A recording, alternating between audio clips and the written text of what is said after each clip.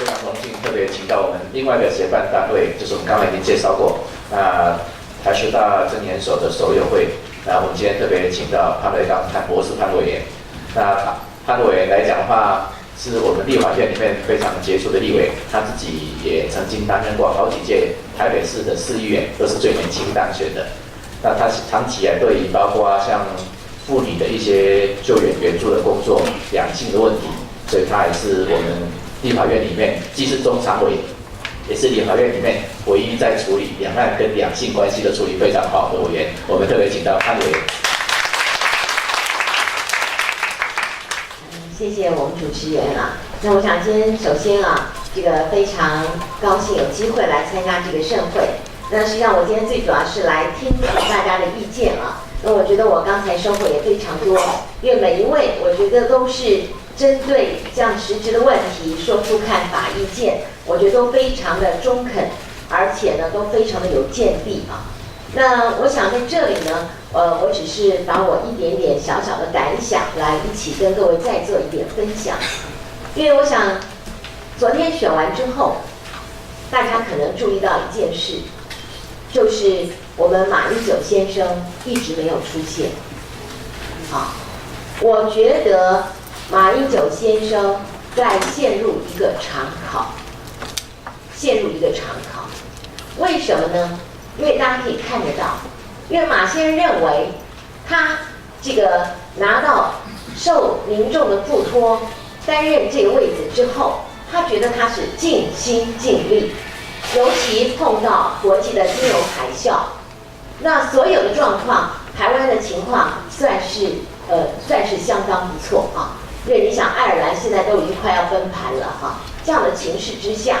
并且呢，在今年我们可以看到经济的成长，可以说是21年以来最高9.98%，预计在第4季要到9.98%，这是这么多年来21年来没有的事，当然也是去年太低了太低了。那 GDP 呢，在明年也要到2万，尤其就在快要投票的前夕，我们可以看到我们的观光客达到500万人，突破500万。花博不到1个月，已经超过100万，也已经到100万。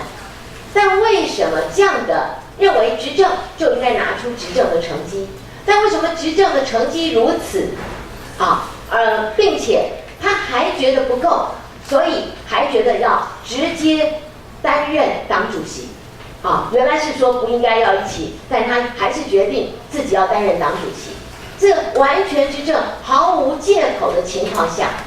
昨天选成这样的成绩，我觉得他内心是非常焦灼的所以呢，我觉得他昨天应该是陷入长考但是呢，我觉得刚才我延续高辉讲的，他说这是台湾人民的胜利，至少所有的政治人物都知道是不是要更谦卑，更要思考你所希望所带给人民的方向是不是就是人民最需要的方向。你的这个经济成长率高，但是呢，我们整个失业率实际上现在也已经低于5%，不管是什么样的形式去做，我想美国现在已经快10%了，但为什么人民感受不到呢？还会有这样的选举的结果？当然，一种是说，反正国民党向来就是不大会选举嘛，太不会选举了连包括一个子弹，而且是把连胜文这个整个穿过，但整个的处理方式是毫无操作，而且呢，这个大家可以看得到，我们的警政署长还第一次讲话还算是这个有所保留，所谓保留也是据实以告。那但在有些人的要求下，他又说这个到底歹徒说了什么？大家要知道，歹徒说的绝对不是事实嘛，这个没有他的目的，他会不是一个可以说是主击手，他敢冲到前面，2个人把他压下来，然后给他是要让他是一种行刑式的一枪，可能吗？而且他还高喊：“哎，我认错人了，可能吗？”但是当然，我觉得民党处理，我觉得还是相当不错。先把它定位成这就是地方角头，地方恩怨啊，或者什么这样。但是我们知道，基本上绝对不可能是这样。但结果是什么？但我们是毫无操作，而在第一时间，马上就通告所有的人，绝不肯利用这个事情，啊，做任何的这个操作。但操作，所谓的操作不一定是要激情啦，什么什么或者是记者会，不一定。但是呢，我们真的是毫无操作啊。那这个也是这个，我相信，因为这一次的这个枪击跟2004年的319的枪击是完全不是一回事啊，完全不一样的事。但是呢，我觉得在这边大家可以知道，国民党的这种善良，然后呢，这个完全不善政治操作的情形。但是呢，我觉得整个的路线应该是国民党要思考的问题啊，因为实际上这个虽然国民党执政，但在两岸上，大家虽然知道我们签了 ECFA， 两岸直航啊，互动越来越多，但是呢，其实这里面捏拿上啊，的确啊，也让这个国民党这个相当的这个我觉得是有一些顾忌啊。当然就是到底如何？我觉得这个呢，我第一个要讲的就是，我觉得这是国民党应该去思考，让人民怎么样真正认识一个真实的台湾，这是一个路线。真实的台湾，包括最重要就是两岸啊，因为我觉得都不知道，你觉得你走的都对，怎么选举这样子的结果？所以这个思考的结果是我们非常关心的啊。就说你整个评估以后，你认为到底是什么问题，是真正实质的问题？但是我觉得，如果我们不敢面对一个真实的台湾啊，那我觉得然后再去走，然后你走的你认为都是为人民啊这样走，但是呢，是不是得到所有相对的回应？这个又是另外一个事情啊。所以呢，我觉得一个完全执政、完全负责的这样的一个方向，我觉得他正在做思考，但我现在还不晓得他后来思考结果是什么样啊，这第一个。第二个呢，我觉得我看到这次民进党的选举，我觉得蔡英文主席啊是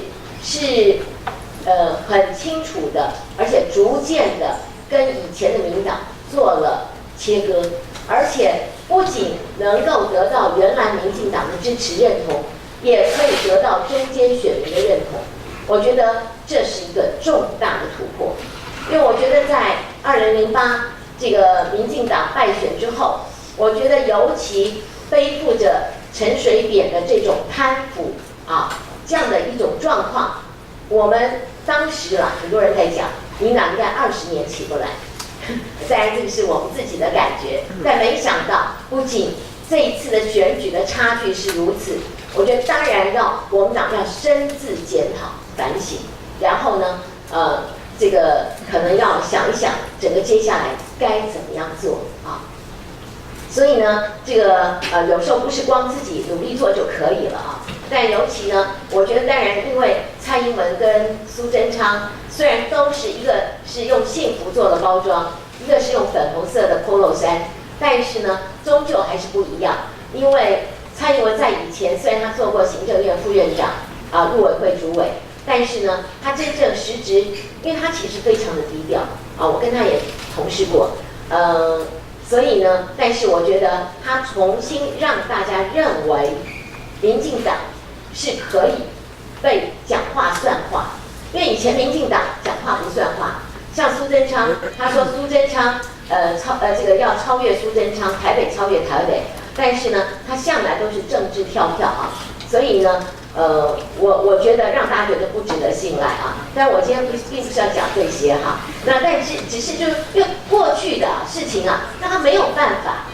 所以为什么他不愿意去辩论？因为反走过的必留下痕迹嘛。那大家随时检讨，你不能否定你所有的过去，所以他这个包装啊就变得就是诉诸一个，刚才我觉得讲的很有道理，一个就是选民投票率低啊，再一个年轻选民要认同，所以他一开始打年轻选民族群其实是相当的成功，用执行力。当大家一一破解以后，真实的苏贞昌其实不是如此，但他没有新的政见，所以我觉得这一次他在整个选举的过程里，其实可以说是乏善可陈啊，了无新意。那所以呢，我觉得最后就受到接下来没有办法面对新的东西没有办法出现的时候，就没有办法去后续了。但是呢，相对之下，我觉得蔡英文整个的选举主轴一直抓得很紧，而且呢，虽然他说他讲话至少他没有轻易的做承诺，例如人家说你到底这个是不是会做满，他只有说会把竞选承诺去完全完成，但他没有说他不选啊，他并没有这样讲，但他会不会选，我觉得也不见得一定啊。现在看起来，我觉得他当然是在民党来讲应该是呼声最高，但是我觉得至少他能够奠定在民进党这样的一个位置，我觉得也相当的不容易，而且能被民党接受，竟然能够，而且做到整个选举的主轴，而且一直抓得这么稳健，然后这样走下来，甚至在议题上都能够这个引领啊。那我觉得在这个部分真的是相当的不容易。所以呢，当然面对这样子跟传统民进党不一样的方式，国民党应该再重新再加以思索，要不然的话，这个照原来的路啊，我觉得不会永远这个天时地利人和都在我们这一边啊。那所以呢，我想这是我自己在这次选战当中的一个这个感觉啊，一起跟大家一起分享，谢谢。